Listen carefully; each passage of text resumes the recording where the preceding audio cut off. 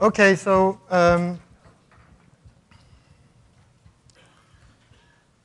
so this this second part of the morning is still very, tutorial type lecture, but it's a tutorial type lecture of a different type than the first one, in the sense that House of dimensions and Frostman's lemma and something. This is something that is very well documented in the literature, and usually everywhere you look up about Frostman's lemma, the House of dimension, you read exactly the same. In the case of the Gaussian free field, it's also very well documented in the literature, except that I think the Gaussian free field is a little bit like, these things when you go to a psychologist or something, they show you some strange pictures that mean nothing to you, and then tell you, what is this? And then when you see it, you don't discuss the object, you start discussing about your own life and about something, how you see. And the Gaussian free field is a little bit the same in the sense that each mathematician will recognize in the Gaussian free field something completely different and will say, no, and physicists even would say, what is a Gaussian free field? The answer is, it's trivial, right? It's just the basic, the most trivial thing you can imagine in 2 dimensions, and they are quite right. Well, sometimes you have to struggle with trivial things also in life, and so this is the type of things we are looking at. But probably the fact that there are so different ways to look at the Gaussian free fields is an indication of how central an object it is, and that it is really at the crossroads of many, many different things. And so I am by no means a specialist of the Gaussian free field, so I will just tell you, about my own life and the way I see the Gaussian free fields, and some other people will have other views, but nevertheless, I think it might be useful for you because you will hear a lot about it, and it's good to have some, some things that you can relate it to in some way that might help you later in the lectures, in the actual courses. So everything that I'm going to say now, I still wanted to keep it very extremely elementary, so I will spend some time first discussing very elementary things having to do with Green's functions, in order to explain why on Earth you want to use the Green's function as a covariance function of a Gaussian field, and then say a few elementary things on the Gaussian free field, some features, and indicating basically why certain things that Scott and probably Bertrand and others will mention in their lectures, why it is true, and where also there might be some technical problems under the carpet that you don't need really to address if you want to understand what is going on, but to mention that they exist and that there are ways to address them. And I will not address them, but just try to give references.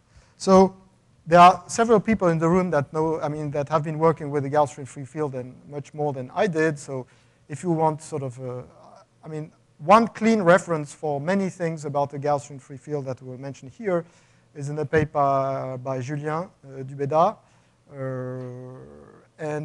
Again, if you read the paper and the way Julien presents the Gaussian field, you will learn about how Julien looks at mathematics and his own style.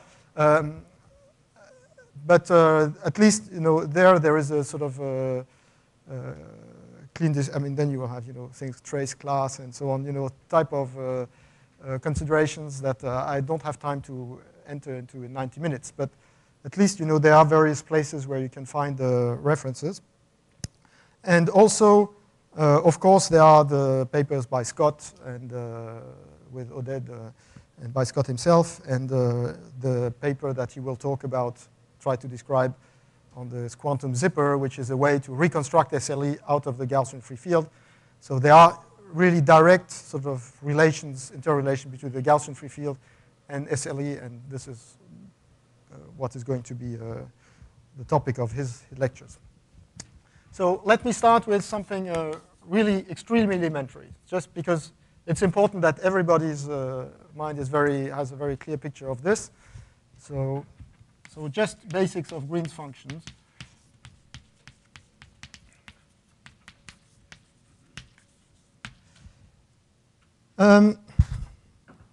So if you take D as a domain in the plane, say open, we might just take it, connected and with non-trivial boundary. So boundary non-trivial.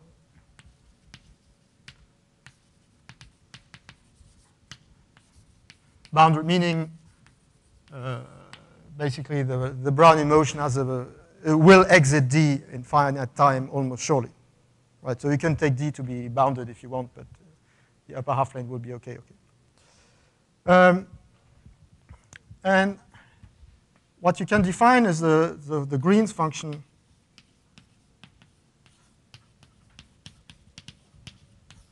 gt of xy. So with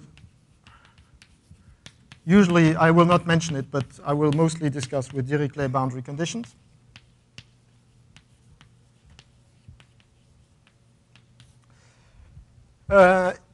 So is a function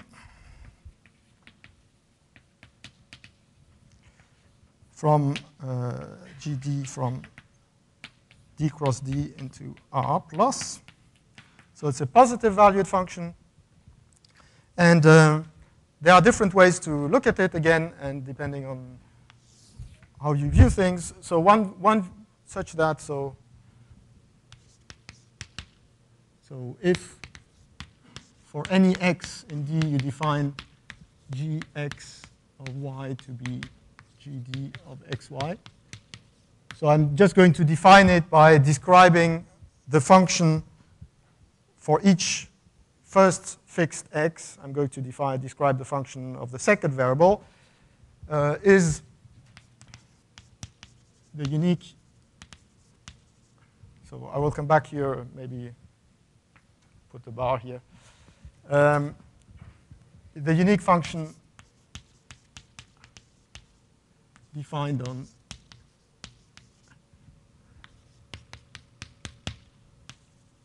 D minus x, such that, so the first thing is its harmonic function.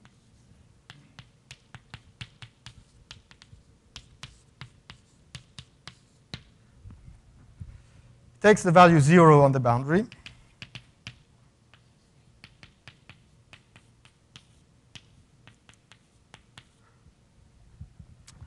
And it has a certain expansion near 0, which is near x, sorry, gx of y, is equivalent to 1 over pi log of 1 over x minus y, when y goes to x and y different than x. So it's quite clear if you look at this definition and you know basics of harmonic functions, that these three things are just characterizing uniquely your function gx as a function of y. You know its harmonic function, and then you have boundary conditions, and it's easy to show that this function is unique. And of course, I mean, in other, I'm just focusing in 2 dimensions. You could, in other dimensions, you would use 1 over x minus y to the dimension. Okay. So there's a first remark I want to make immediately.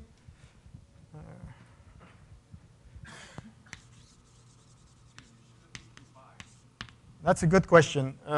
It depends. It depends who you are, again. So, you know, it's the usual thing about, you know, whether you want Laplacian or half Laplacian, or whether you want, okay, let us not worry about the twos here. At various places, depending on who you are, you will prefer to add a 2 or to, you know, is the heat equation with the Laplacian over 2 over the Laplacian and so on. So the remark is, of course, if you multiply, the constant just changes the entire, it's just a normalizing factor in the Green's function itself. changing by a factor of 2 just means that it's twice the function. The first remark I want to make, which is very important, is that if phi is a conformal map from D onto D prime, which is phi of D, so an analytic one-to-one map, then it's a sort of trivial exercise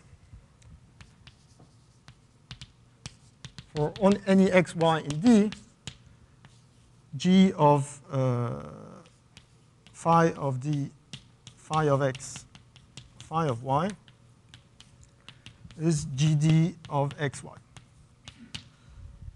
So in other words, the Green's function is conformal invariant. So you can check this it's sort of obvious, the fact that when you map by conformal map, you keep a harmonic function is sort of trivial because you have used an analytic map and they preserve harmonic functions. The fact that goes to 0 on the boundary, this is for free.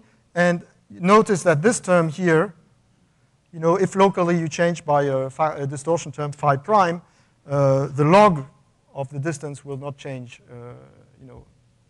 The way it explodes is independent of the actual local chart that you're looking at. So this is really a sort of a trivial statement. Now I want to emphasize that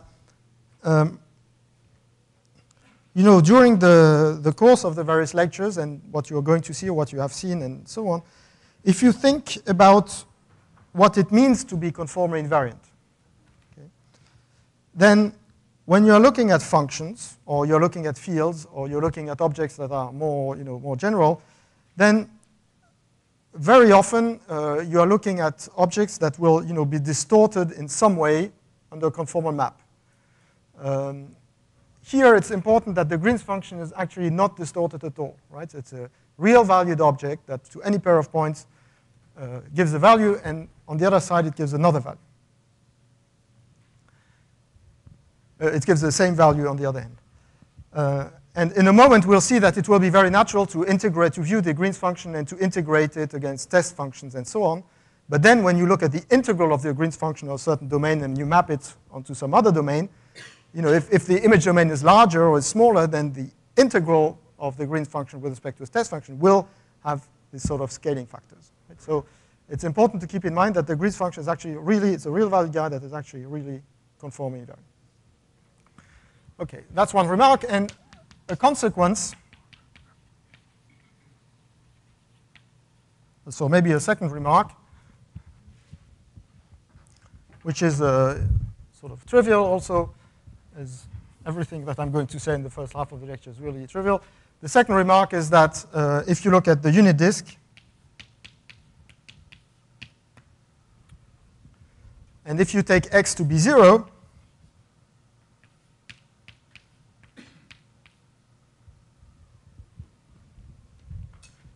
well, then you're looking for a harmonic function that takes value 0 on the boundary that explodes like 1 over log of y near the, well, we know what it is. It's just log, or maybe I put y here.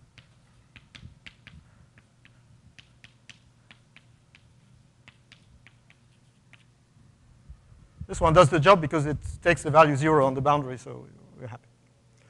And therefore, if you combine these two things, what you get is that if I have a potato here and a simply connected domain D, simply connected, so you have x here, you have y there. How do you see what the Green's function is? Well, you take a conformal map by Riemann's mapping theorem. You map this here, so phi of x is 0, and you can make sure that phi of y is, say, here. Okay, and the Green's function of xy is just nothing else than this 1 over, and then you have this pi log of 1 over phi of y. Okay, and notice that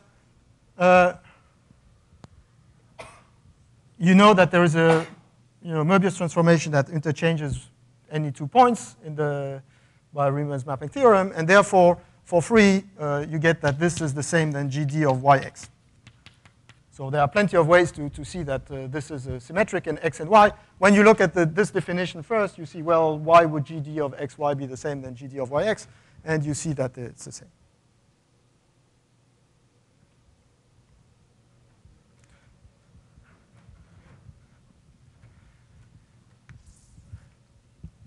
Okay, that's one way to see the symmetry showing up.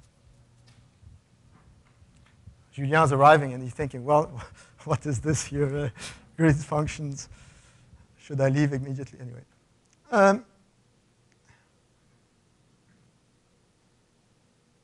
So what did I want to say now? Yes, so if you are a probabilist,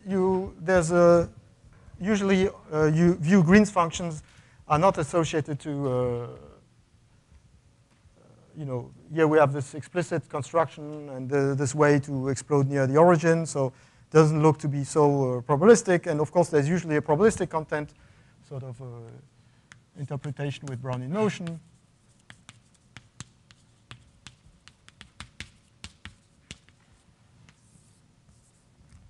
And the interpretation is, roughly speaking, saying that GD of xy measures the average intensity of time spent by a Brownian motion that starts at x in the infinitesimal neighborhood of y before exiting the domain. So what I'm going to say is that take Bt, a Brownian motion started from x in D under probability measure that I'm going to call Px, and define tau the exit time.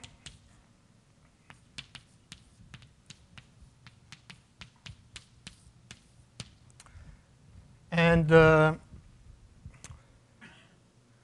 then you want to say something like, I'm putting quotation mark, the expected time intensity or density spent by B at y, at B of 0t. That's the way you can understand GD of xy. So this has big quotation marks, of course, because if I take a Brownian motion that starts at x, it will not visit y. Right? On the other hand, what happens is that the way to understand this is to say that for any sort of A subset of D, the expected time spent by the Brownian motion in A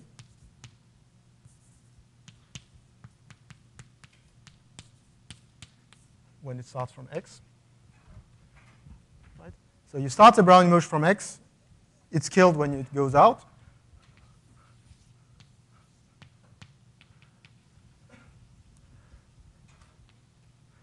Right? It's clear that this is a function of A that is additive. I mean, it's additive in A. If you take two different subsets, this adds up. And this is nothing else than the integral of A of what? Of GD of xy dy. So in particular, if A, you see that if A is a small neighborhood of y, you get that GD of x y is just the limit when epsilon goes to 0, then 1 over the area of the ball of the expected time spent by the Brownian motion in the neighborhood of y.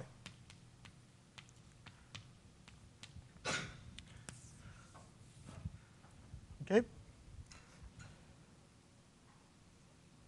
So here it's the first time you see this thing that this doesn't make sense. This guy, it's a completely singular thing, but if you smooth out by according to some test function here, indicator of A, this would be fine.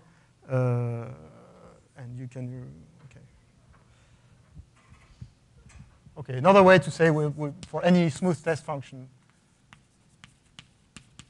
right, the expected value of x of this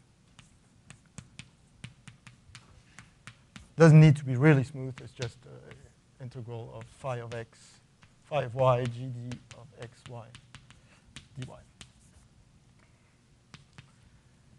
So this type of thing will be important later. Now, again, if you view it this way, it's nice because you see that Green's function is not something that is specific to Brownian motion, that basically for any Markov process, you can define a Green's function this way and any discrete one, and I'm sure Yves this afternoon will be discussing things in the discrete setting.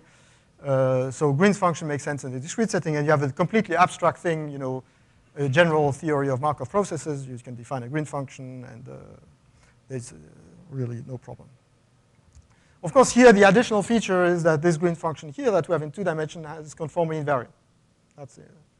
And so that we want to exploit.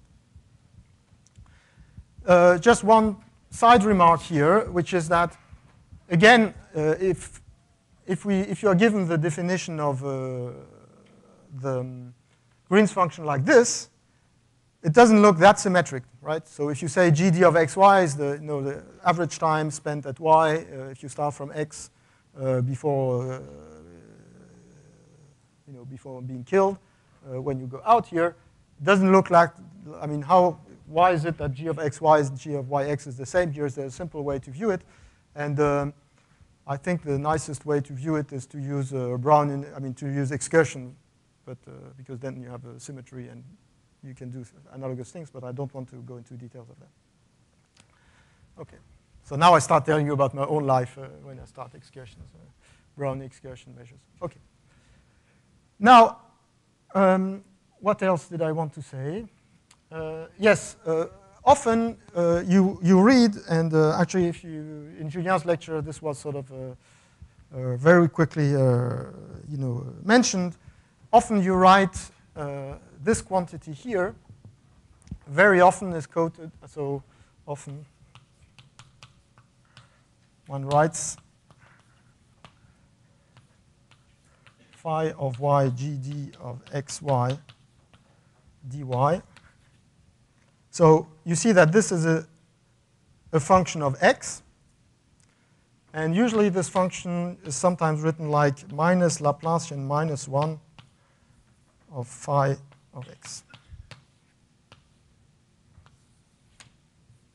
So please, Julien, Ron, Tom, everybody, if you see that something I'm not doing something is not okay, then you should stop me. So just maybe just one remark at some point. Okay, no. Don't.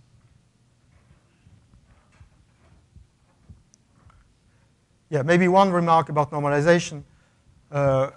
If I write this in this way, right, then this is telling me one normalization of the Green's function. Right, because then, say, you define it really in terms of a Brownian motion, probability measure. And the expected time the Brownian motion takes to get out of started at the center of a ball to get out of the ball of radius 1 is 1/2, and therefore, okay, so you have 1s, 2s over. Anyway, so you have something like this. So why is that? This is something that is sort of obvious when you look at this formula. So if you define, say, psi of x to be this function,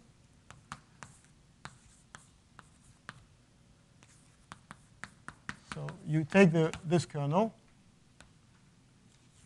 and again, I mean, everything I'm saying, there are 60 different ways to say the same thing, and some are more economic in one way, some are more abstract, some look completely trivial, some look depending on which point of view you prefer. So everything here I'm saying is really essentially trivial. But so if you define this function here, you start with phi, you define this function. What can you say about this function? Okay. Well, so it's equal to that.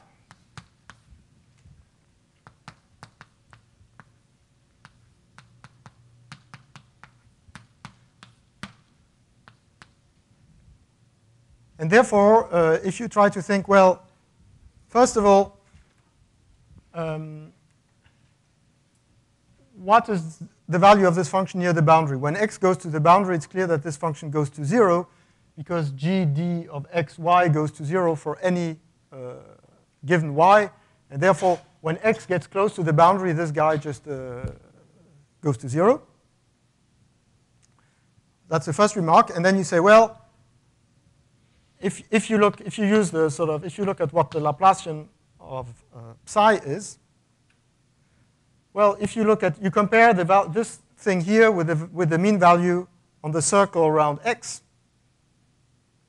right? By the Markov property, the difference between what the mean value on the circle of radius around x and the value of x of this function is just the contribution to this integral of the integral between 0 and the time it reaches this circle, right, of this phi. So if you have x here, you take a small circle of radius epsilon. In this thing, I decompose this in terms, I wait until I reach the circle, and then I continue. And so the contribution to after this moment is just the mean value of this guy, of this function on the circle, and what is the difference between this mean value on the circle and the value in the middle is just the integral between 0 and, so the contribution of what you do before you reach this circle, which is basically up to, in small things, which is basically nothing else than phi at the center of the circle times the time you takes to go out or to reach the circle, and then you get this 1/2 times area of this circle. And when you normalize, so the usual thing will tell you immediately that this is just nothing else than phi, or minus. Okay? And then you have the 2 or not 2, if you, depending on. Okay? So this is completely clear. So this is just saying that if you convert the kernel GD, the convolution with GD is basically what you're doing is you're doing the converse operation of taking the Laplacian. Okay? And everything I'm saying here is sort of, you see that the Laplacian is intrinsically related to the Brownian motion in terms of infinitesimal generator, and the Green's function is intrinsically related to the Markov process, the Brownian motion in terms of the definition, and therefore the fact that the Green's function is sort of convoluting with the Green's function is like inverting the Laplacian is something that is, of course, much more general than in the Brownian motion case. Okay.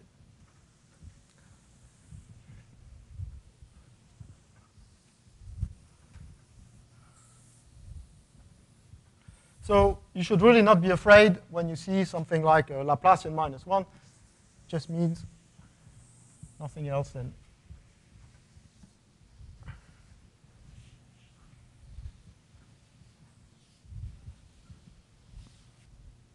this convolution.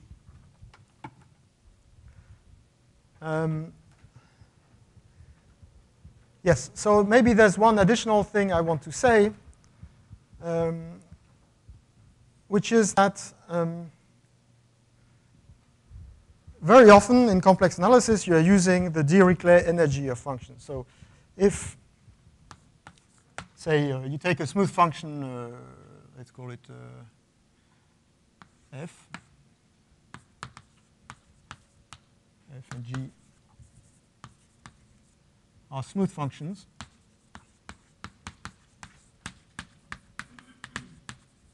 and D, and if their value on the boundary is 0,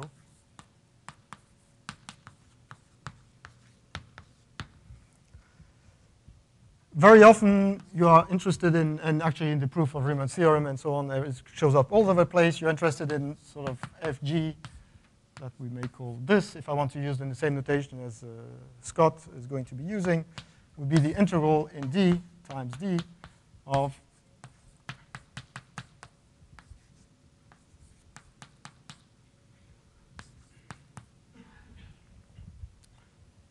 there's no D, sorry, on D of D2. Okay? So if you remember your basics of Green's how you say Green's formula and things like that, you can also write this in terms of something involving Laplace. So we can write this equivalently in terms of D times f of x times minus Laplacian of g of x dx. Right?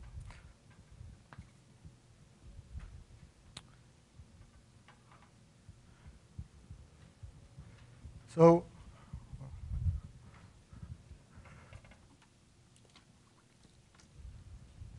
that means that there's another way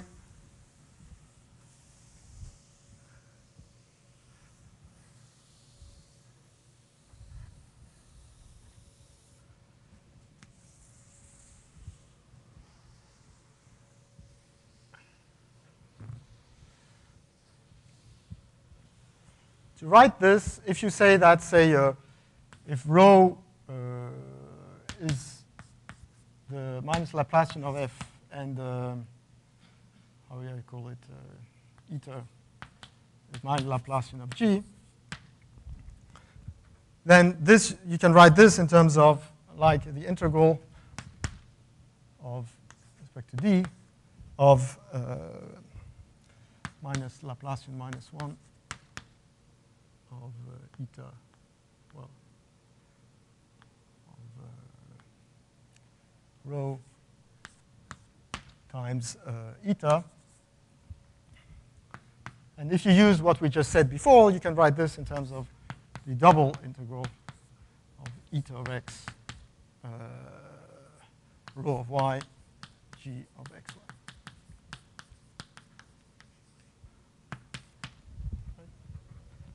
So what I'm saying is that if you look at this functional, right, you take two functions, eta and rho. You look at this functional of eta rho. So of course this is a bilinear. Yeah. By.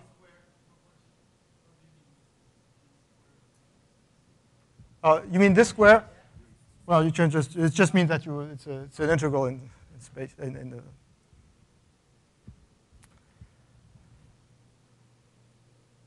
Just to remember that it's integral in the plane. That's nothing else. Okay.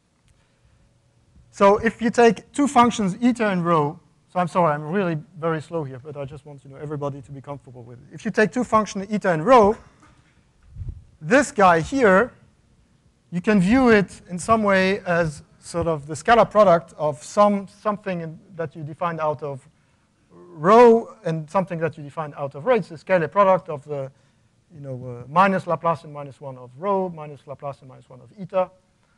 And therefore, this guy, in some way, you can interpret it as a scalar product itself. So one consequence you have of this is a sort of trivial consequence.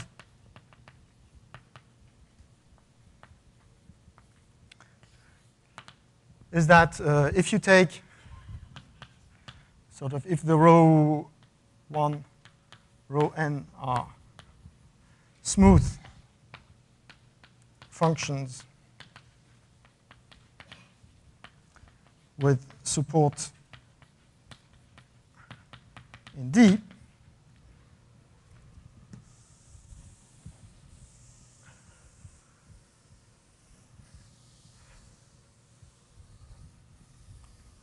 then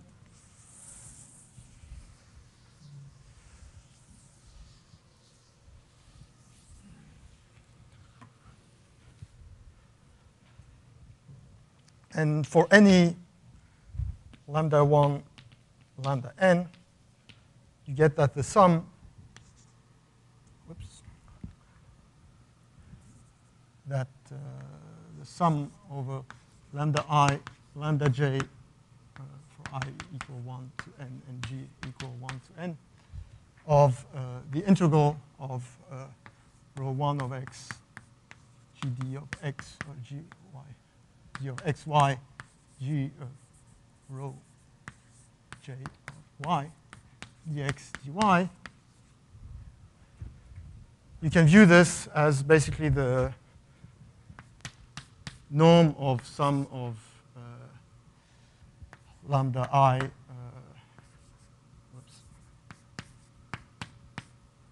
rho I, and therefore it's positive.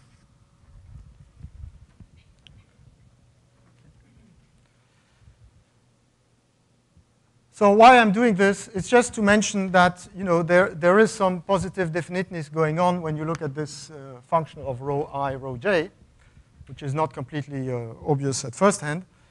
And this is basically what is going to be used in order to define the Gaussian free field as a Gaussian random variable with covariance structure given by using this relation here. So in order to define a Gaussian vector, what you need is positive definite covariance function, and this is what this relation is going to give you.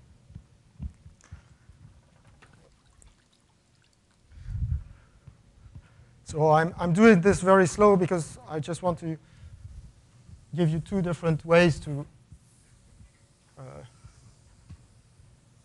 approach the Gaussian free field. And this one is sort of is going to be the very pedestrian one.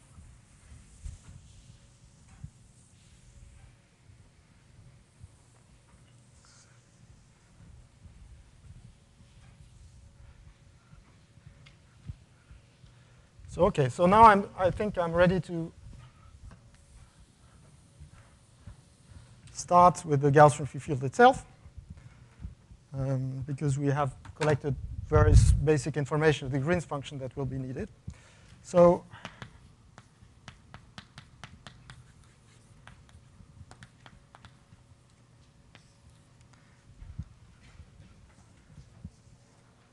maybe I start with just an idea, right? First idea. And it's going to be false, that's why it's not a definition. But the idea is just to say we want to define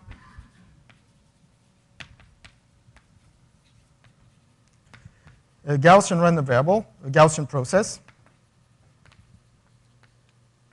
that we call h of x, x in B. So it's a real valued process. So the idea initially is to say, well, at each point we want a number, random number, which is Gaussian. And in order to define a Gaussian process like this, indexed by our space, we just need to define the covariance structure. Right? That's the only thing which is needed in order to define the law of this process. So with covariance structure, with covariance given by expected value of, so this is centered, so the mean value is 0, given by h of x, h of y, would be, well, g d of xy.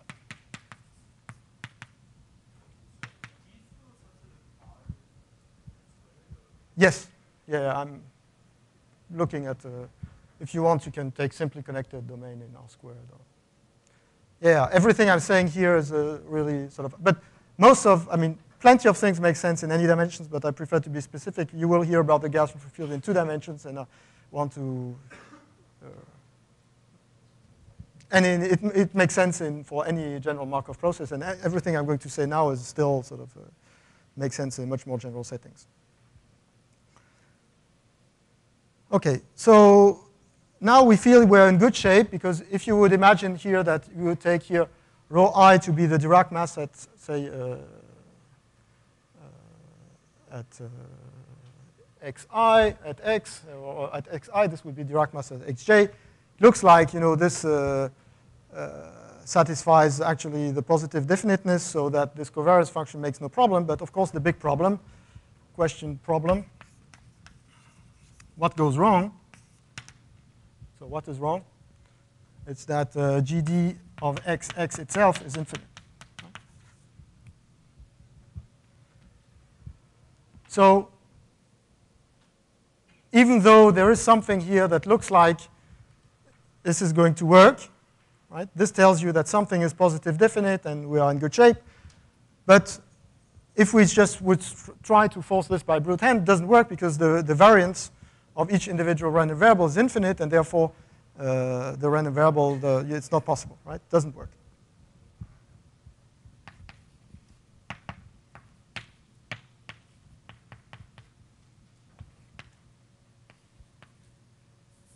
Well.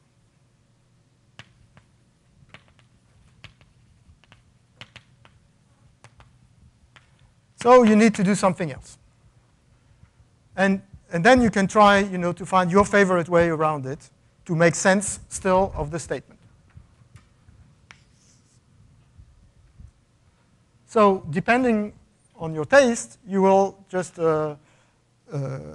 start in different ways. One way would be, well, let's first try, because everything, it's a Gaussian process, we can try to smooth it out and then take some limit. We can try to use this norm that we have here in order to define some Hilbert space, and then define, once you have a Hilbert space, you have a Gaussian process with that covariance structure. So meaning, for instance, you take an orthonormal basis of the Hilbert space, and you take a formal sum of, where each coordinate would be a IID-centered standard Gaussian. Or you could, but in any case, what you end up doing is you define, so the object that one will define will not be a random function,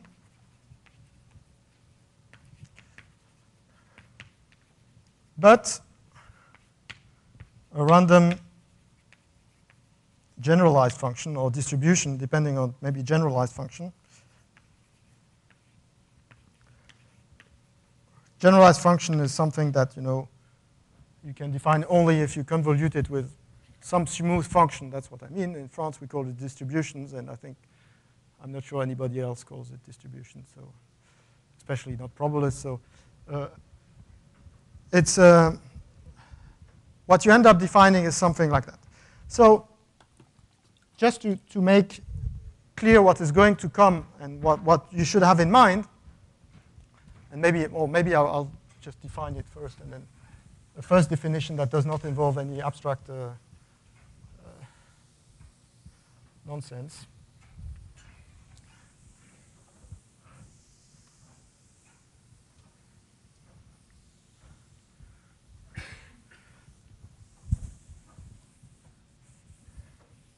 So what is a generalized function? Well, a generalized function is basically something that is not defined at the point. You cannot make sense of the value of the function at the point.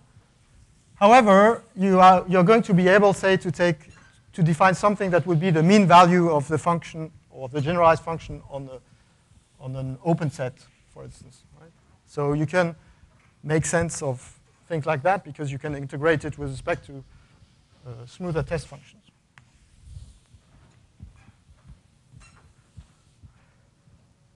So maybe a first approach, for instance. Show you several so that you can choose which one you prefer. The first approach is just to say, well, we don't need, everything is just, it's not a problem. For any function rho I that is smooth,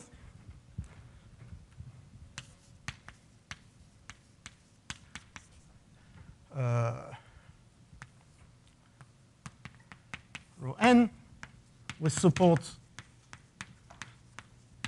in B. So it is important here for everything here to, for this type of consideration to work, it's important that the function rho vanish on the boundary here, right? Because remember, we're doing some stuff with the here, so it's not so, anyway. So for any smooth function, anyway, it's not important. It doesn't matter. Forget about what I just said. For any smooth function like this, we just want to define what we're going to call x of rho 1, x of rho n, Gaussian centered vector.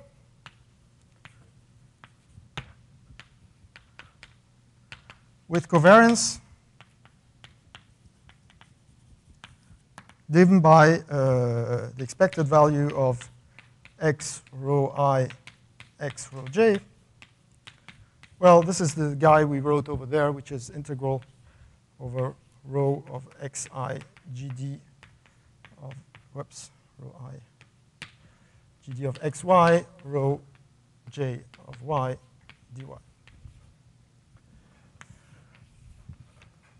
And precisely because we know this is positive definite, this makes sense, we can define this, and by abstract nonsense, we can say, well, actually, there exists a law on processes by, this is compatible, family of laws, and we can make sure that everything, the covariance defines the guy there. We can define it for all functions rho simultaneously in such a way that it works. Okay? Well, not for any countable thing simultaneously. So you can just define the Gaussian process, this process, as being indexed by, seeing the Gaussian process indexed by the space of smooth function rho in such a way that this covariance structure is the one you want. Okay. Now, there are two things. The first thing is, well, what are the functions rho, right, for which we can actually make sense of this? Well, the functions rho for which you can make sense of this covariance function are precisely those for which that come out of something where this integral here, this norm here is finite. Okay. So you might as well, try to define it, parameterize it by all functions rho, where rho is sort of in the Hilbert space completion of the space of smooth function with respect to the norm that you have over there.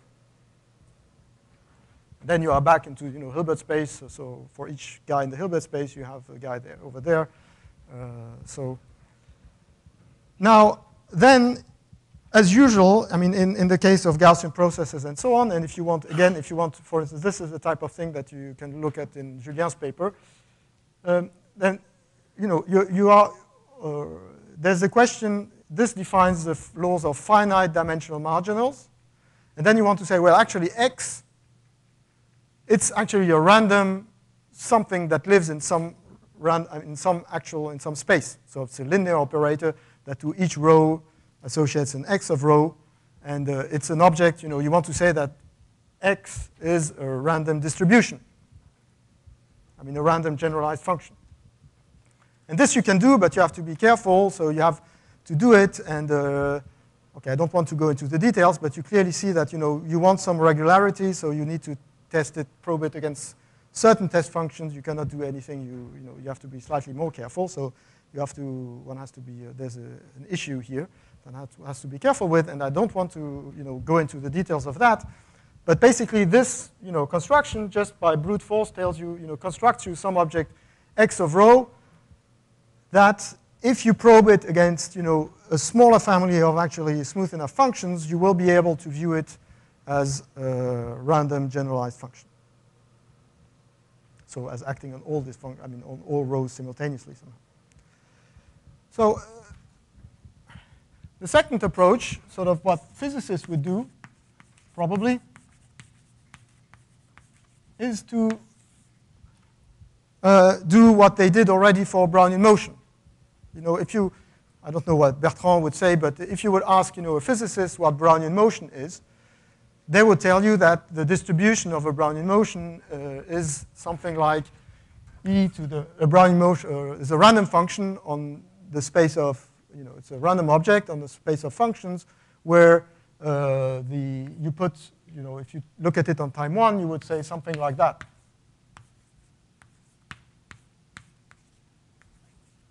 If you define it as a one-dimensional function of one-dimensional time. Right? I guess that's what maybe you put a dot here. Right, that's Feynman, or even goes back to. So what you want to say, and of course everything I'm saying is equivalent, but it's just for you that you see what I have in mind. So the idea is just to say, well, okay, take our space, our Hilbert space of function that I call f over there, or rho, or whatever, that you endow with this norm, which is this gradient guy squared there. So you take this, you take an orthonormal basis of this Hilbert space. Right? Take an orthonormal basis.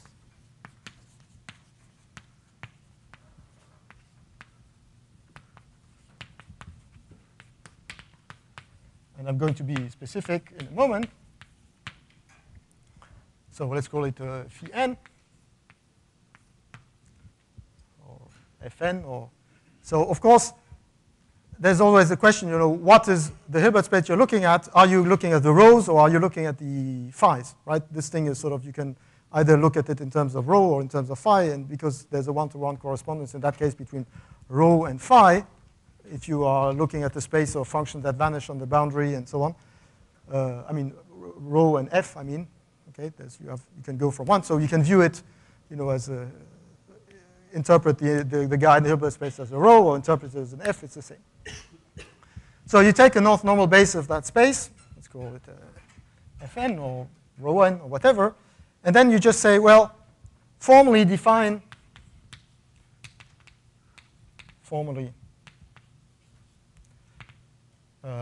H to be the sum of alpha n phi n,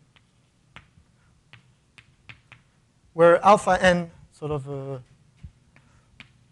IID centered Gaussian.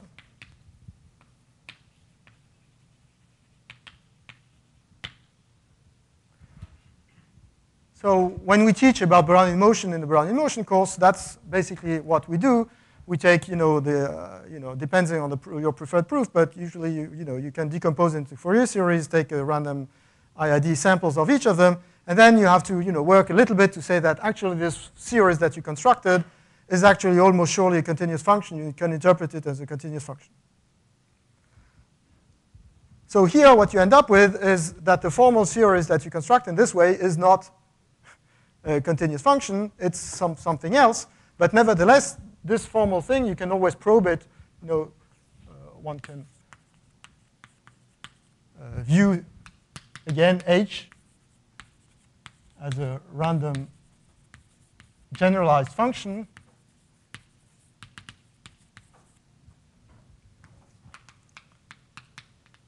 Right? Because if you take takes any sort of other function that I might call, I don't know, g or something, well, I call it, take any rho, which is smooth, right? So when rho is smooth, it means that you will be able to decompose rho in, something like rho n. So the notation is not good because it's not the same rho n that you have there, but I think you see what I mean. Rho n phi n.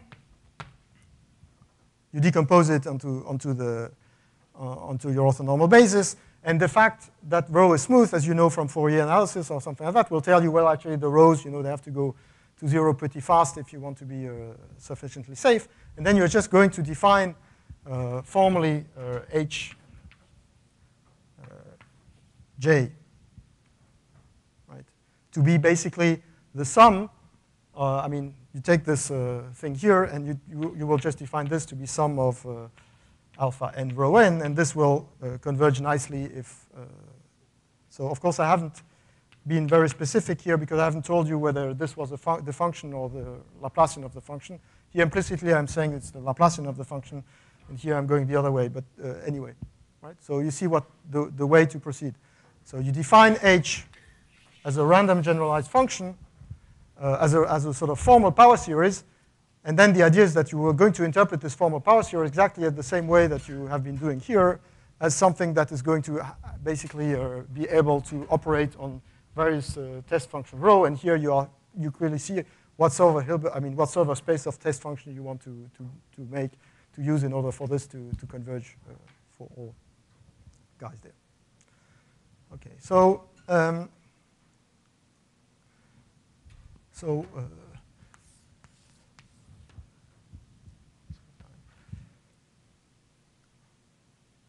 Okay, so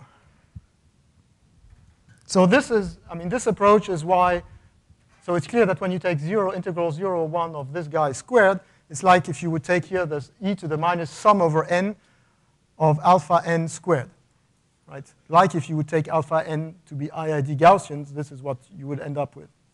Okay, so formally, this is how to interpret this as the formal power series of IID Gaussian if you decompose into orthonormal bases.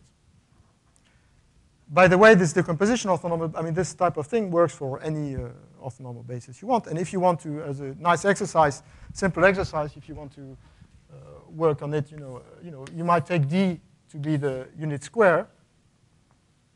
Oh, I haven't said something I want to say.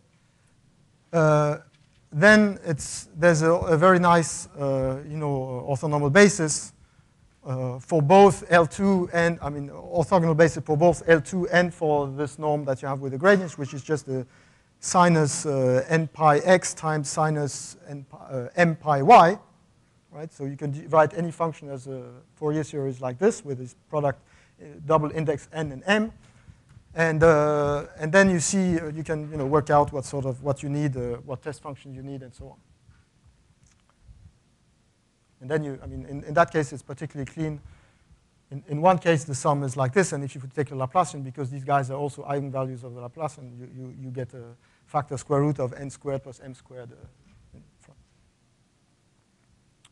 Okay, so yes, so one thing that now I want to say, which is important, and that one has to keep in mind, is that, as I told you, I started with saying that G is conformal invariant, and that it's a conformal invariant without any, without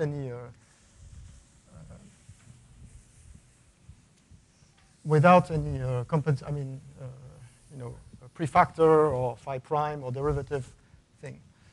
So the consequence of this is, if you look at the way the Gaussian free field is defined, this H,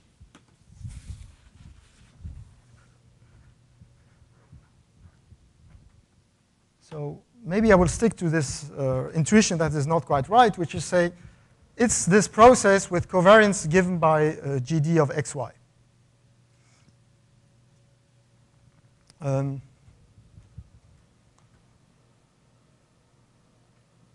Yeah, maybe wait a minute. I will just well, maybe I write a statement so that sort of looks more. So definition: the Gaussian free field is a random Gaussian centered variable in some space of generalized functions, and I'm deliberately sort of obscure here because I don't write things like h minus 1, h minus epsilon, h, things like that to not impress you. Again, you can look at Julien's paper or Scott's review paper. Some space of generalized functions such that for any row, again, in some space of test function,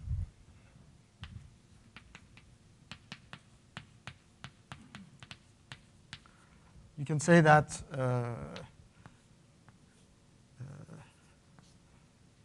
H row is Gaussian with variance given by integral of rho of x, g of xy, rho of y, dx, dy.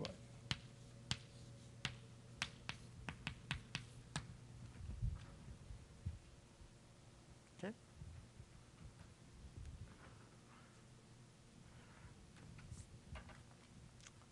So the claim is, if you define the spaces properly, this is actually a definition.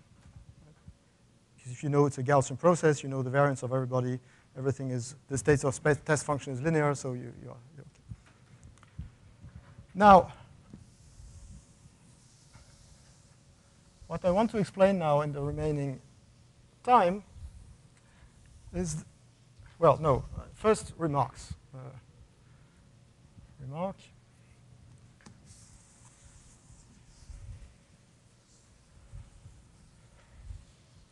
Is that the Gaussian free field, because G itself is conformal invariant, so the Gaussian free field is conformal invariant. Okay, so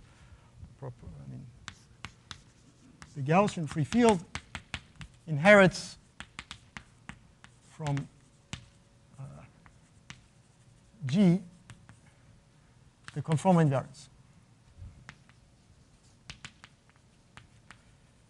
So one way to view it, intuitively, what I'm saying is the following.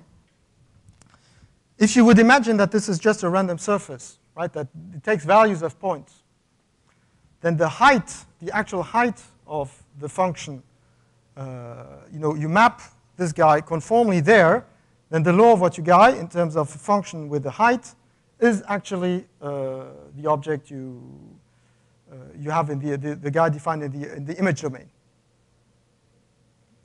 So, which explains actually, by the way, why there's this thing with the norm, with the gradient and so on that is needed.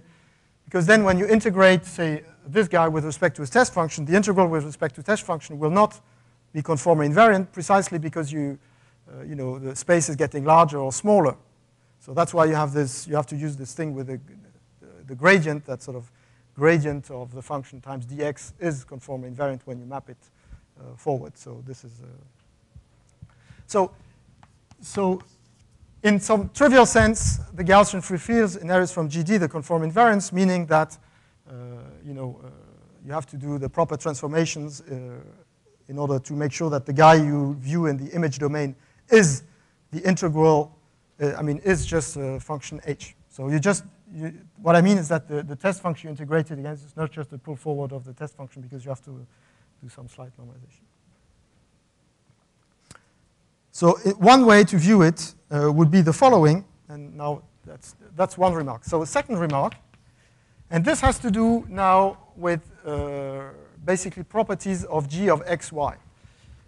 The second remark is, remember G of x, y explodes like log of 1 over x minus y when y goes to x. This is very, very slow. Right? It explodes narrowly. So when you are going to do this integral over space, when you have this, say, imagine that you take here here you take rho to be said of the uniform measure on the disk or whatever, you have plenty of room to spare. This will converge no problem. So what you see here is that formally, imagine that you replace rho by something which is not so smooth. So now, you don't want to say trace class, blah, blah, blah, but imagine that you take a function rho that is not smooth. Imagine rho would be, replace rho by a measure, which would be the uniform measure on a circle, for instance. Formally, you replace rho by rho of x dx by the uniform measure on some circle. Well, if you take the uniform, so if, say, mu is the uniform measure on the circle, what you end up is formally that mu of dx, mu of dy, gd of xy, this is finite. Okay. So it's clear that, a priori, it looks like you will be able to define the integral of h with respect to this measure mu. Simply, formally, because this is finite, you might say this is the variance of the mean value of h on the circle. That's what you want to define. And then you might say, well, actually, everything is Gaussian here, so is it possible to imagine you are able to define the mean value of h on a very thin neighborhood of the circle, so on some very thin annulus, so you can make sense of this. You know the covariance of the guy, and by just Cauchy type arguments, you will get that when the neighborhood goes to 0, the estimates on the covariance will tell you that almost surely the guy you get as on the mean value on this little annulus will converge to some random variable that you can interpret as the mean value on the circle. So the fact that g of xy is sort of exploding but very slowly means that, okay, you are not able to, you have to view it as a generalized function, but you can integrate or take mean values with respect to stuff that is still quite singular, not so smooth. So this seems to indicate sort of so now we have to be slightly careful because it means that for any function, for any circle, given circle, one can define in some proper sense, taking some good limit, limiting procedure,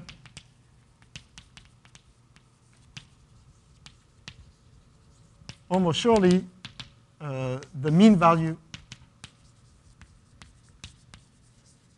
of H on a circle.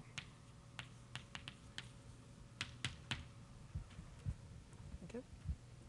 So formally, it will just be the guy that you can actually put itself already in the covariance function. You know, when here we could have added the mean value here and put it in the covariance structure there. But then you have, again, you know, then you can ask the question, well, is it possible to define for any circle simultaneously, you know, on the space? So you have to, you know, one has to be a bit careful, but these type of things can be taken care of. But at that point, just want to say that if you integrate, there for each given circle, you can impute this mean value on the circle. You can do better, of course, but okay. Now, what I want to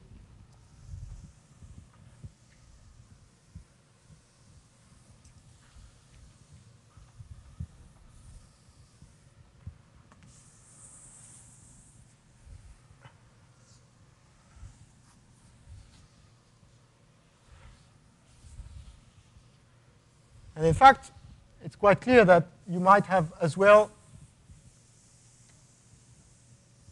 It would have been probably possible, you know, to start to view H, to define H itself by, you know, defining first the random Gaussian random vectors that have to do with the mean value of certain given circles, and then to say that H itself can be viewed as, you know, an approximation of as the limit.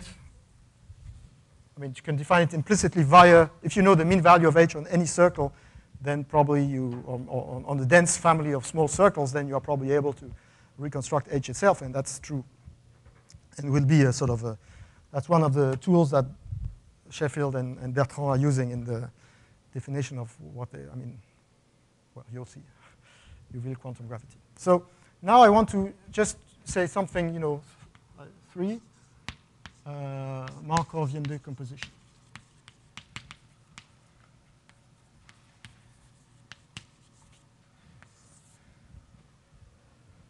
So what I'm going to say now, in a way, you can, it again works in general framework, but some aspects of what I'm going to say are going to use the fact, you know, that Brown motion is a continuous curve and that you can do stuff with the Green's function based on that. So it's a Markovian decomposition. So what I want to say now is the following. So I will be probably too quick, but so imagine that you take the space H to be the Hilbert space completion, that's how we say, of smooth function F with respect to Fg, right, this norm. So smooth functions with zero boundary, with zero boundary condition.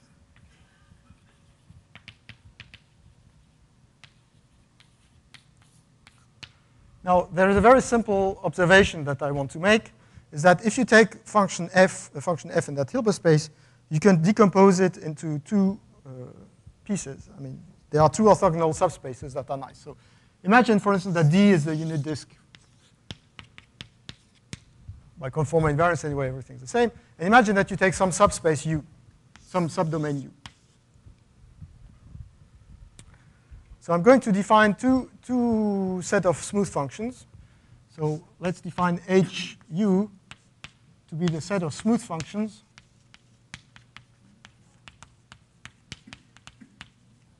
with support in U. And we will define, say, H tilde. This matters the set of smooth functions with support in U and harmonic in U.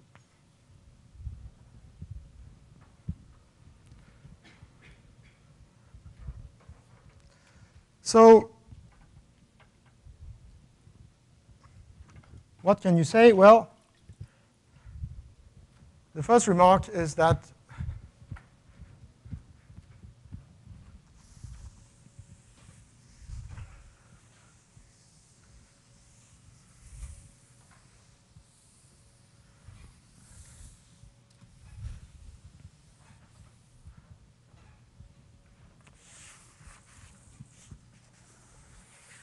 so these are the functions f. These are not the function rho. Right?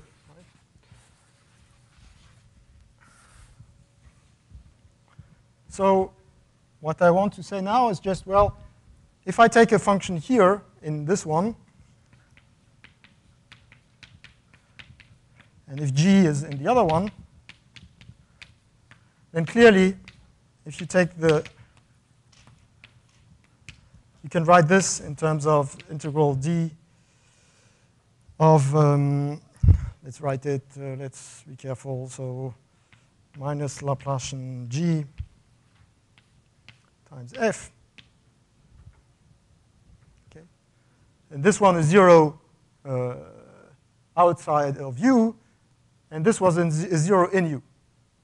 Right? So this is 0. So you start with two orthogonal guys, and then you take the Hilbert space completion and so on. So you guess that the completion of this guy is orthogonal to the completion of this guy. That's the first remark.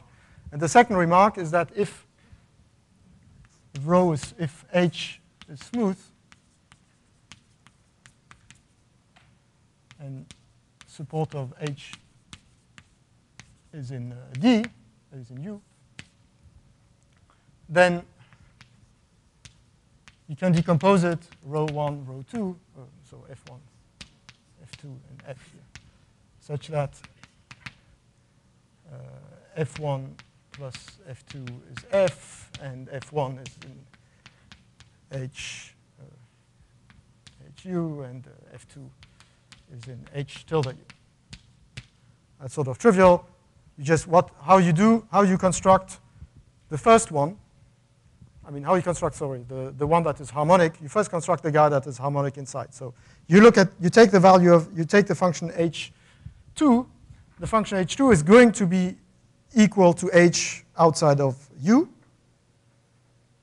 Function F, sorry. So you take F2 is equal to F in U minus U, and extended harmonically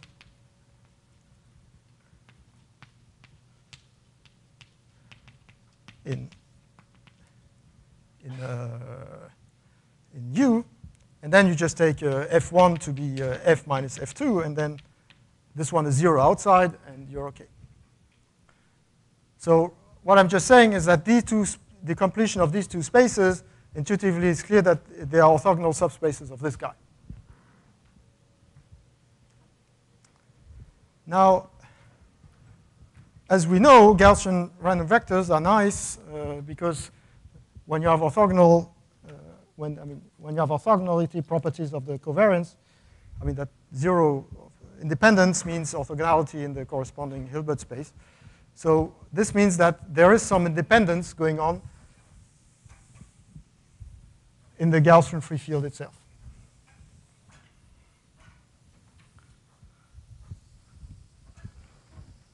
So the first remark is that I have not been, I have been very vague, deliberately so,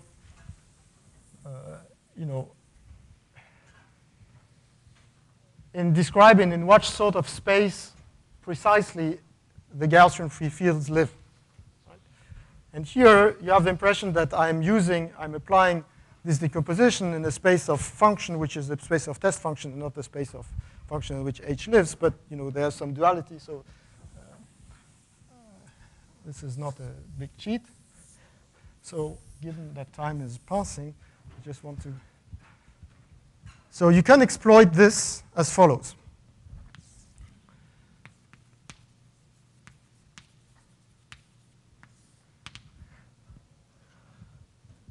So if you have H as a Gaussian free field in U, and U is fixed,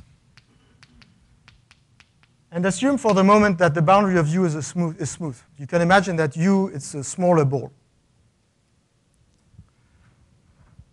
Then what you can define is if you have the Gaussian free field H, you can view it as acting on those functions. You can just look at it here in that part. Just look at what happens to the Gaussian free field outside of the smaller domain U. So it's clear that this will be a linear operator acting on some space of functions that are the ones that are supported, some space of function with certain properties. And because of what I just said, you are going to be able to define. So imagine that this is U. Here I have a smaller ball here. I call U. You are going to be able to define various random variables that correspond to the mean value of U on this circle, of H on this circle. Right? I've told you can define the random variable on H, which corresponds to the mean value of H on this circle. So this means also that you can also, instead of taking the mean value with respect to what you get on this circle, so what I'm trying to say is the following. Is there a way to define, if I know the Gaussian free field here, the value that you have here, are you able to define in some sort what makes sense of the harmonic extension of what you see here inside? Even if what you have on the outside is not a function, it's a distribution. Well, what you know is that the mean value of the Gaussian free field on the circle makes sense. And therefore, you want to say that the value in the center of the disk is the harmonic extension. If you want to make sense of it, you know what it is in the center of the disk, because it's nothing else than just the mean value that you have on the circle. That's harmonic function, what harmonic functions are good for. And similarly, if I take another point here, by integrating the Poisson kernel on this circle here, you will just know what the mean value of this, what the harmonic extension of the free field here would be. And you know all these things, and by simple covariance computation, it's very easy to see that if you know this for a dense family of guys, and you can extend it as a harmonic function, there's no problem, and you can make sense of an object that you might call, say, H tilde, which is the harmonic extension in the disk here of what we might call the Gaussian free field viewed on the circle. Okay? So I've told you we are able to integrate some smooth guys on some smooth test function on the circle, and then we are able to do it for enough guys in such a way that we can make sense in a unique way of what is called the harmonic extension of the free field inside the smaller disk. Is that clear? Now, what I'm doing now is you have H. You define H tilde.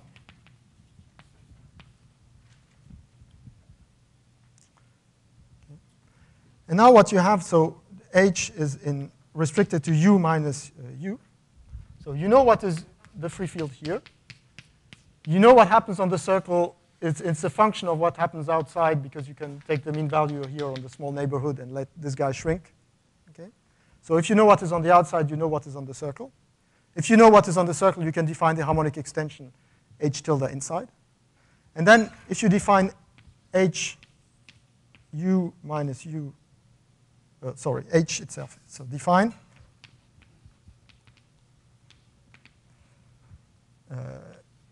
H hat U, which is nothing else than indicator function of U times H minus H tilde.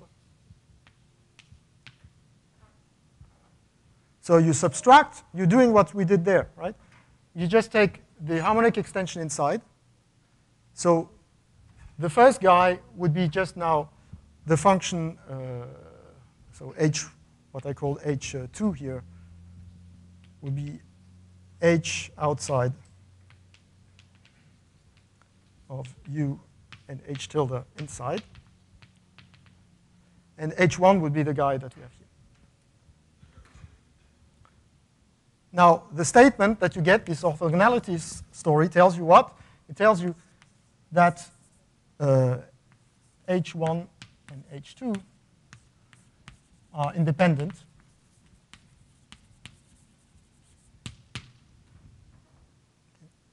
So in other words, if I condition on what happens here, and I do the harmonic extension inside, the conditional law of what is inside is what?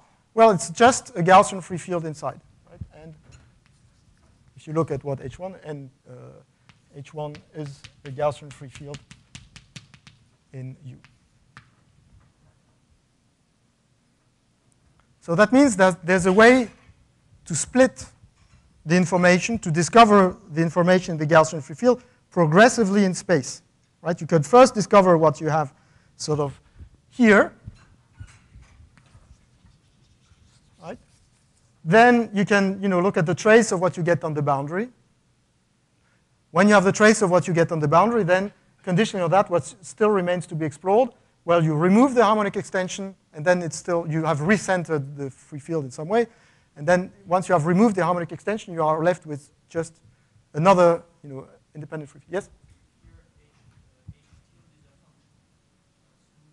Yeah, H tilde is it's a nice function inside here, and then when you get close to the boundary, it becomes nasty, of course, because you.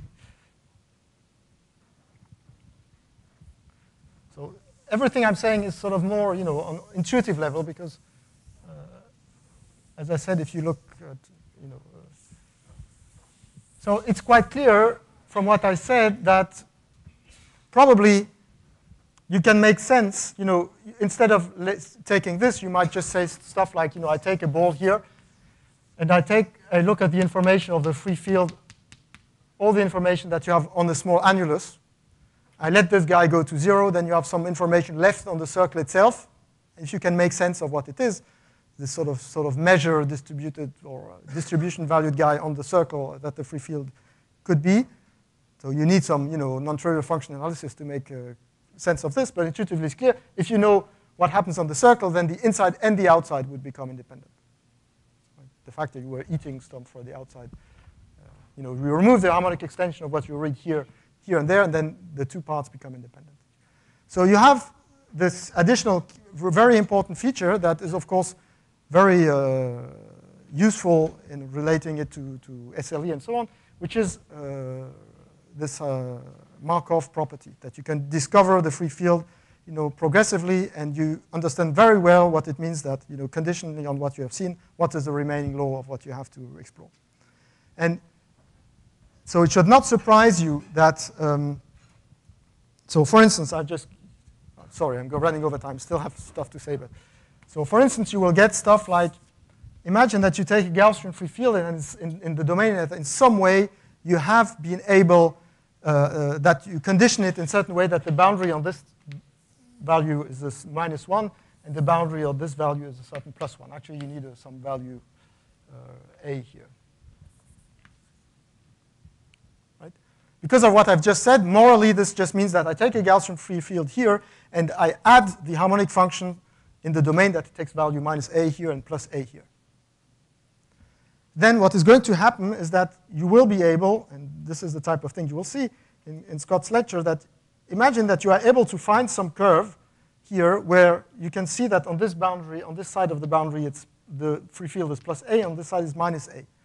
That conditionally on having explored this guy, what remains to be explored is still a Gaussian free field with -A boundary conditions here and +A boundary conditions there.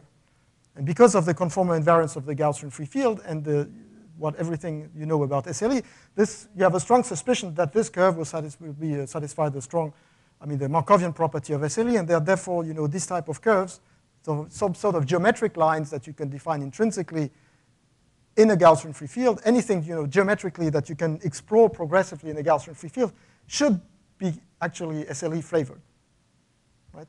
So you have this crazy geometry of ±infinity, but you can smooth out and still make sense of certain things. if you are able to find some curves in there, find some local rule to behave, to move around as a function of this guy, then you will end up with SLE guys. And as what you'll see in Scott's lecture, that basically in a Gaussian free field, you will see there are all possible SLEs are there. You just have to follow the right rules. Now, just to conclude, I have one final thing to make, because this is what Scott asked me to. He says it would be good if at least you say this. So I have to say it, and it's sort of trivial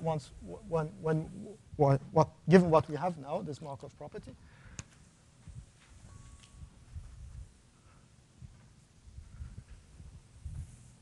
And it's the following.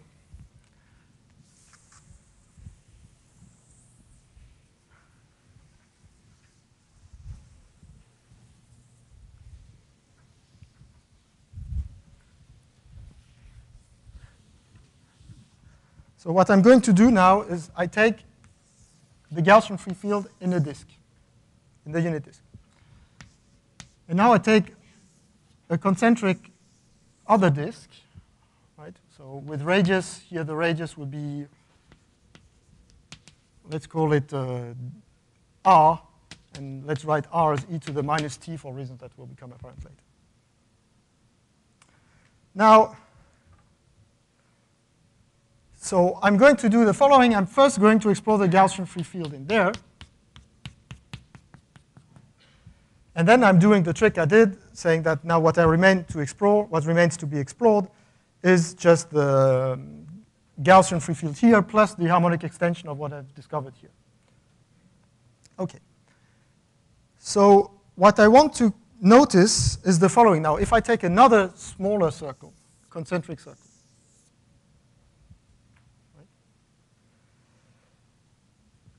so remember, H tilde is the harmonic extension of the orange guy in the smaller domain. The circles are concentric. So what is the mean value on this red circle of H tilde? Right? So it's the mean value on the smaller circle of the harmonic extension of the guy on the larger circle. So just by symmetry, it's obvious that sort of mean value, so integral, the red, mean value of H tilde on the red circle is by definition just equal to the mean value on the larger circle. Because you are integrating, everything is rotationally symmetric, so you have a harmonic function. The mean value here is just the mean value there. So this tells you that in order to get the mean values, the contribution to the mean values in each of these concentric circles, the contribution to the mean values of H tilde for each of these guys will just be always the mean value that you get here, which is a function of what happens outside. Now, what I'm going to do now is I'm going to explore progressively. So imagine you take a small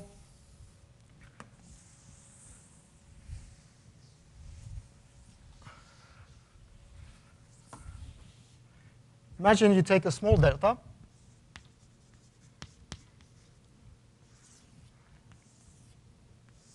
So here I have 1.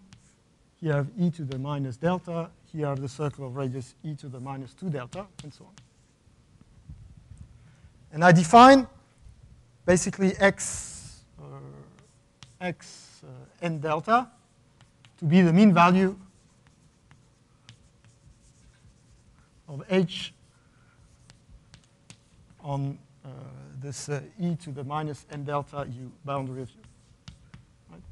So x and delta is the mean value of the free field on these concentric circles.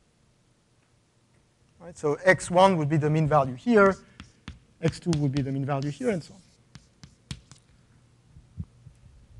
OK, so how do I sample x1? To sample x1, I just need to look at this guy in the Gaussian free field in the unit disk, look at what happens on the outer annulus, and look at the trace, the mean value on the circle. Okay? Now, if I want to sample x2, let's do it in 2 steps. Let's first sample the guy in the larger annulus. Then I have this mean value here. And then given that, the value that you will have in x2 will have 2 contributions, one coming from the function h2 that you had over there. So one will be the mean value of the harmonic extension of the previously defined guy on the smaller circle. But this we know is just the same as the mean value on the outer circle. Plus what? Plus discovering now a Gaussian free field in this domain. I mean, in this disk here, restricting it to this domain here, and looking at the trace of what you see here. So by definition of, by scale invariance or conformal invariance or whatever of the free field, you see that this second term that you are going to add to the first one has the same distribution than the first one, as independent of the first one, right? So a trivial consequence of everything I said so far is that xn delta minus xn minus 1 delta n larger than 1 are IID random variable.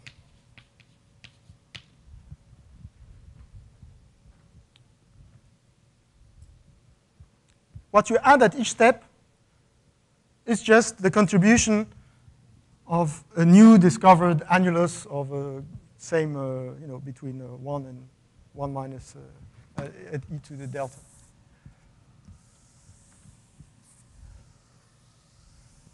So now, if you work a little bit in terms of covariance functions and so on, it's not very difficult to see that you can find a version, there exists a way to define all these xt's in such a way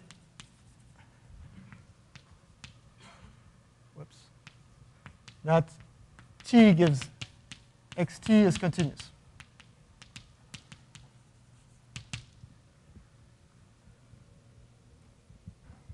You can define, it's just, you just look at the covariance, you have a bound on, you can compute explicitly what the covariance is between two very nearby guys, and you check very easily that it is something going to 0 very quickly.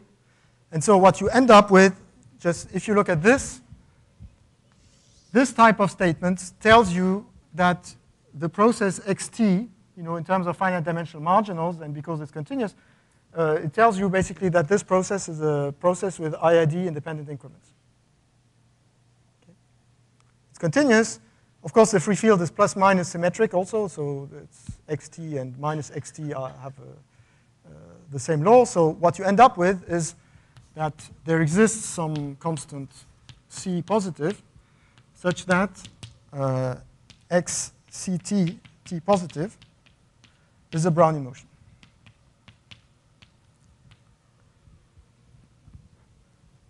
Right?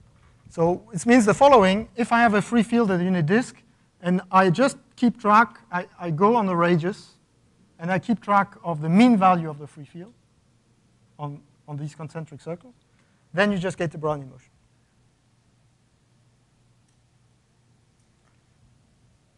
So this is, of course, you might, if I would have started, in another domain than you, if you would have started, say, in a domain like this here, you might first choose some disk here, you have the mean value here, and then started from here, you get a Brownian motion in that direction. So this will be very important when something that will show up later, which is that you have the free field, and so for the moment, you had 3 courses, different courses. It was quite clear that you were seeing, you probably saw the direct link in the tools used between this stability course and the noise sensitivity and the SLE course, because one had to use the exponents of the one to say something on the other, and so on. And then you had the planar maps course that looked a priori sort of more combinatorial type and using limits and trees and so on, and where it was not so clear that what the relation could be between the two.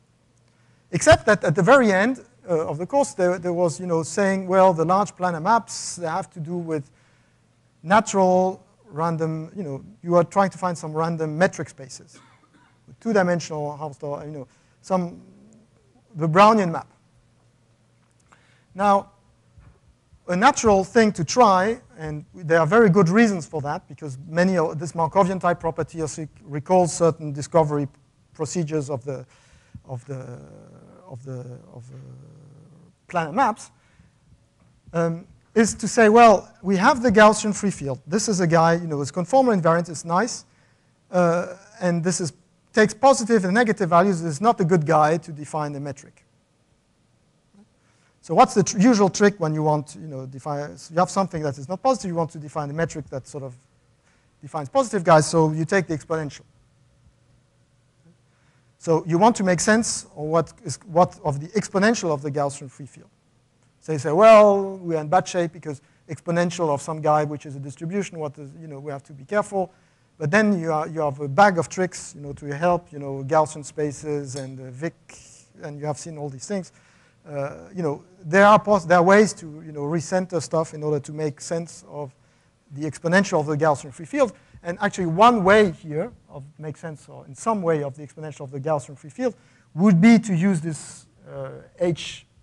For each point x, you have h epsilon of x, which is the mean value on the circle of radius epsilon around x. You have this Brownian motion, parameterized in radius. If you take the exponential of the guy, then you're in bad shape because this will, it's not the exponential of a Brownian motion is not a martingale, but you know what you have to compensate it in order to make it a martingale. Right? So you are going to define the exponential of the Gaussian free field. One way to define it would be that it's the limit when epsilon goes to 0, or e of h epsilon of x. This is the mean value on the circle of radius epsilon around it. And then you have to compensate here by something, which is what you have to compensate, which involves an epsilon, log of, anyway. Exponential of a Brownian motion minus constant times t is a Brownian motion.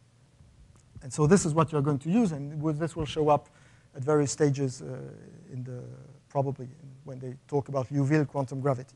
So the idea will be to use, you see there are plenty of ways to try to find the SLE and conformal invariant structures using the Gaussian free field. One is just to say, as I said there, just look at the Gaussian free field, find some level lines, and then flow around it, and you will find some SLE there.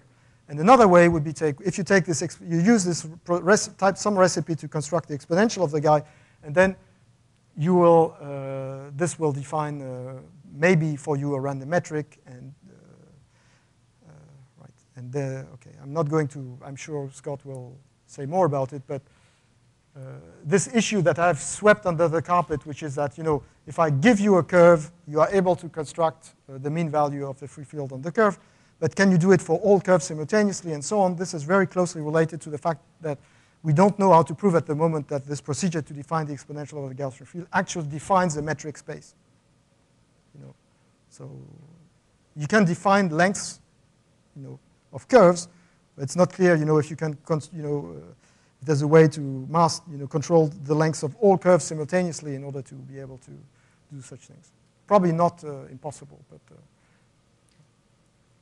okay. So I'm sorry, I'm run way over time. So I hope that I was too quick in the end, but I hope I gave you a couple of ingredients that will help you during the lectures of the coming week. And so just before you all leave, so this afternoon at 3, I think that's what is written on the schedule, there's a talk with a very nice title by Yves, and then which will be closely related to what I said here in some way. Then there will be the first lecture by Greg on where you will prove the existence, Greg's there, of the trace of an SLE. And then in the evening, so I think there's a bug in the, probably you've noticed in the schedule printed out. So the talk of Remco is at 7, and it's not, it lasts the usual time of talk, which is 50 minutes. So Remco is going to give his evening lecture in the evening lecture slot, which is 7 to 7:50, not 7 to 7:20, nor 7:20 like it was announced. So we'll correct that. And then, just for information, so tomorrow morning it will start with Scott, and then Greg. And then there will have two, there's a first afternoon lecture by Stefan Adams, which will be also closely related to what I've just said, because it has to do with the fields, random fields with gradients. Then there will be either some preliminary tutorial like what you had here in order to prepare for Stas lectures, or Stas himself, if he's in shape, to lecture on the slot on Tuesday at 5. And then in the evening, you have the lecture by Bertrand Duplantier on Liouville quantum gravity, where he will elaborate on Gaussian free field. And that's where you will probably see the conjectured and not only conjectured sort of some results relating directly this random maps and the Gaussian free field. Okay.